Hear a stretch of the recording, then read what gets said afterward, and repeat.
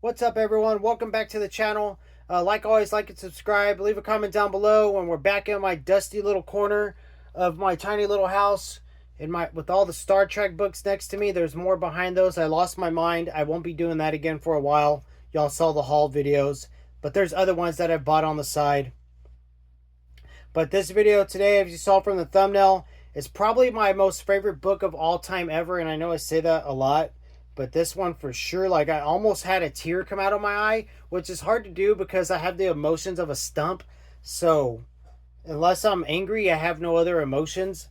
So for this book to accomplish that is a feat on its own. And the book was Star Trek Deep Space Nine Mission Gamma, Book 1 of 4, Twilight by David R. George III. Now, as I said before many times, I'm following a list of books curated by the fans for people that know nothing about Star Trek coming into reading the books and stuff. I'm also reading books outside of that list I'm following. Especially when you see me read like original series, or soon I'm reading the Next Generation. Those are outside of this like list I'm following. But this is on the list. It's the fourth book on the list, and it's by far the best book so far that was on the list. And it looks like it's only 504 pages, but the font is miniature. So it's a good 750 page book if it had normal font size. So this book is directly continuing off of the events of the two Avatar books and the Section 31 Abyss book. It's all kind of melding together. It's all immediately, things are happening. And you're following a good cast of characters in this one, as you're following Elias Vaughn as he's taken the Defiant. Well, let me start off with the books. The first 5 pages are some of the most amazing action I've seen in a space book yet. And then, but that's about as far as it goes with the action. The rest of the book is just amazingly written. It is just peak fiction. It is a masterpiece. It's an 11 out of 10. It doesn't get any better. I loved this book. It was absolutely amazing. So, with that being said, you're following all these cast of characters. You're following Elias Vaughn and his crew on the Defiant as they're going into the Gamma Quadrant to explore it for the first time. The Federation hasn't explored it yet. And so they're going into unknown territory. And basically, on their part of the story that's going on throughout the whole book, you have Ezri and the Doctor trying to kind of fix their relationship. You have Shar, who is he's trying to figure out how to be himself but do right by his people when they get back off the Defiant. And then you have Vaughn and his daughter with their broken relationship trying to mend it. All at the same time, they're trying to save a planet of like, I can't remember what it was, 40 million these weird creatures that speak using colors and like inaudible sounds. They're called the Vani or something like that. And there's this pulse coming from somewhere else in the quadrant over there that's slowly destroying their planet, and they're about to be destroyed completely. So the Defiant and the crew of the Defiant are going to Vaughn and his crew to search out the source of this pulse and try to get rid of it. So they go through all kinds of stuff when they find the planet where the pulse is coming from. The pulse in itself is an amazing piece of fiction, a piece of work, what this author came up with that they have to deal with. And all through that, you're just all these personal things going on, like Vaughn and his daughter, Ezri, and her like symbiont relationship she has with the past, because her species like kind of, I don't know how to explain it. There's like 10 in 1. They continue on. So I mean, I'm interested to get to the show Deep Space Nine, or maybe some other books, and get to know about that part of her a little more. And then off on Deep Space Nine, you're following Kira and Quark and Ro and Tyranitar as they're all dealing with life on the space station. And at the same time, there's this huge summit happening to get Bajor, Bayor, however you say it, Bajor, that planet, their people, into the Federation, which is going to change a lot of things.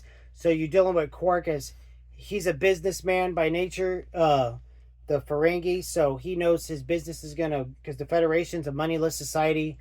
So he's tripping out. At the same time, he's developing the interest and relationship with Lauren, which is probably the craziest relationship I've ever read in a book. So I'm interested to see how that develops throughout the rest of this.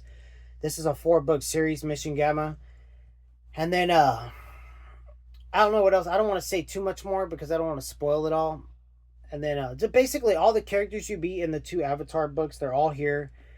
Characters you meet in section 31. So as far as the list goes that the fans put together, it's going great. Like, you don't need to know the show to read these books and fall in love with these characters. It was an amazing book, and you get she's in quite a bit of the book as she's Quark's partner in the like bar thing he runs, restaurant, bar, whatever you want to call it. And I'm curious to see how her character comes in more. Maybe she's just on the cover for looking at, who knows. But interesting character herself.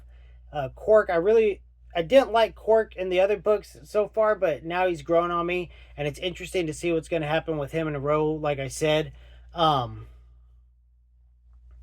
But the emotional impact this book has on you as you go through it is crazy. Like, you wouldn't expect it. Like what Vaughn and Prin's relationship is especially pretty nuts the whole time, and how it comes together in the end. And then just what Kira's going through on the space station with all these high up ambassadors and stuff coming, and she's already kind of on the outs with everything, so she has to deal with all that. At the same time, you're dealing with a lot of xenophobia because people are freaked out by Tyranitar on the space station, and he's doing what he was sent there to do, to observe. And they know he's not going to hurt them, but they still fear him and still think that at any minute he's going to snap and start killing them, which hopefully that doesn't happen. But so you're dealing with all these different aspects of xenophobia, racism, the emotional impact of broken relationships, self-discovery. It's insane the amount of stuff that's shoved into these Star Trek novels that, honestly, I don't know how it's not a more popular thing, people reading them, because they're insanely good, and you don't really need to watch the shows to enjoy the novels, especially this list I'm reading. So I don't know. So far, I have not read a bad Star Trek novel yet, but I'm only, like, this was my 7th one, I think. 1, 2, 3, 4, 5. This was my 6th one. Yeah, 6th.